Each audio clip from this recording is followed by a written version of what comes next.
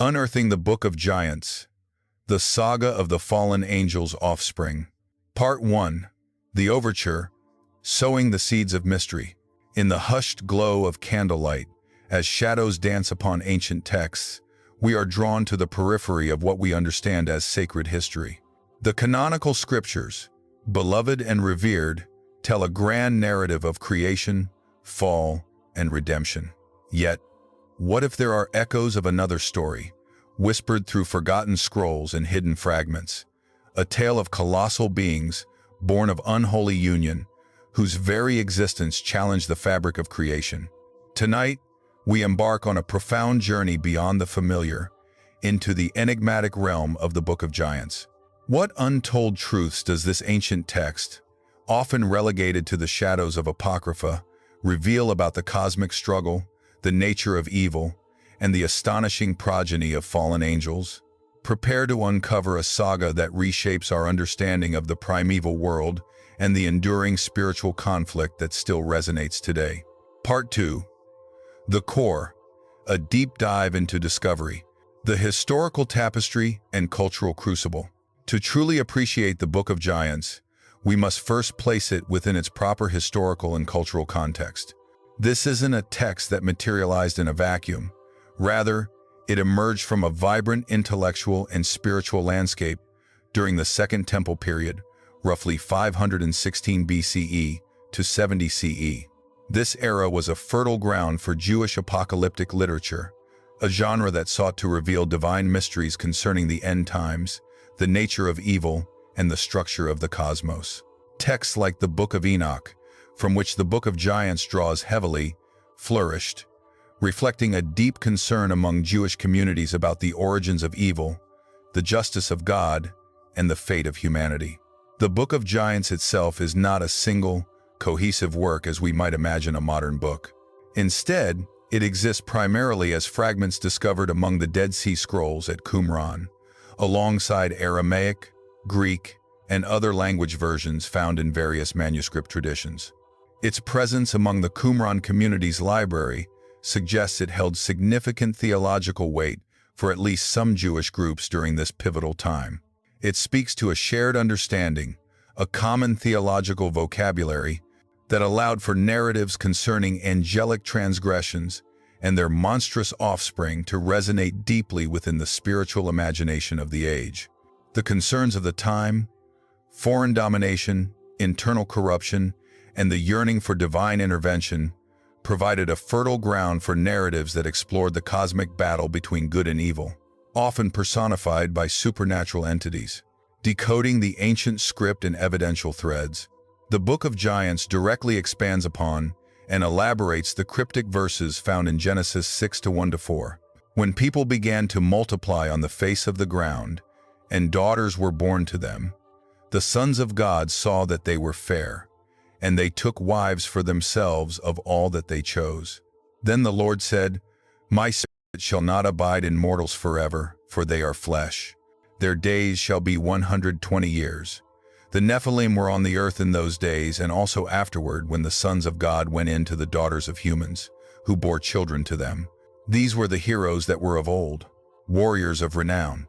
This passage, brief yet profoundly provocative, introduces the sons of God, traditionally interpreted as fallen angels, their illicit union with human women, and the birth of the Nephilim, often translated as giants. The Book of Giants takes this foundational account and fleshes it out with astonishing detail. It narrates the stories of these giant offspring, giving them names such as Ohia and Hahia, and describes their immense size, insatiable appetites, and their violent, destructive impact on the earth.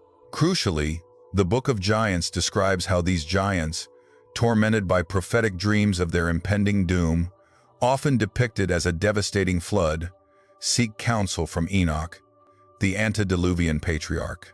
They confess their transgressions and their despair, asking for intercession on their behalf. This narrative not only expands on the Genesis account, but also deeply intertwines with the larger Enochic corpus, solidifying a continuous theological tradition that grappled with the origins of evil and the divine judgment upon it.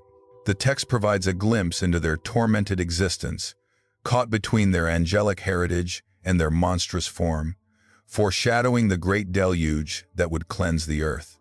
Unveiling the hidden theological dimensions. Beyond the captivating narrative of monstrous giants and fallen angels, the Book of Giants carries profound theological significance.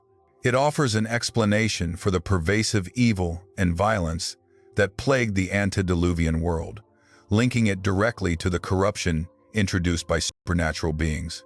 This understanding shifts the blame for humanity's widespread sin from solely human free will to a more complex interplay of human susceptibility and demonic influence. It posits that evil is not merely an internal human flaw, but an external force, actively working to corrupt creation. Furthermore, the text underscores the inviolable boundaries between the divine and the human, the spiritual and the material.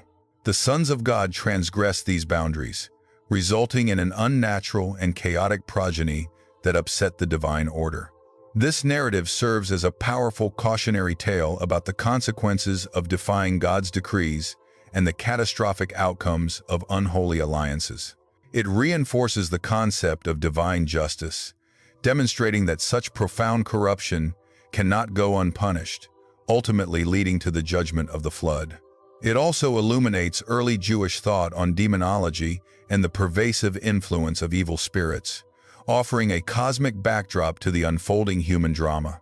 The echoes of controversy and diverse interpretations.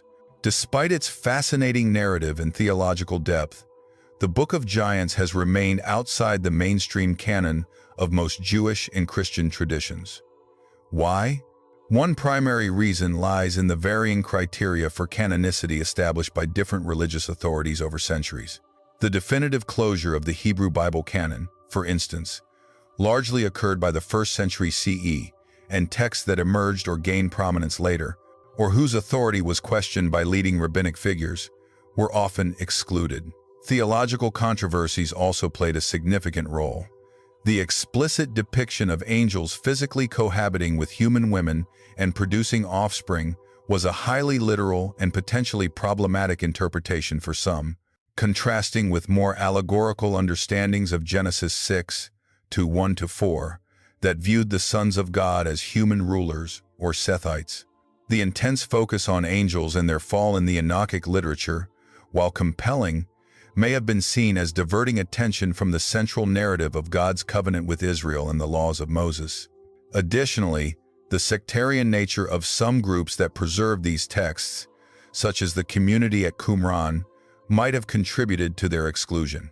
Mainstream Judaism and later Christianity sought a unified theological framework, and texts that presented divergent or highly speculative theological concepts often struggled to gain universal acceptance.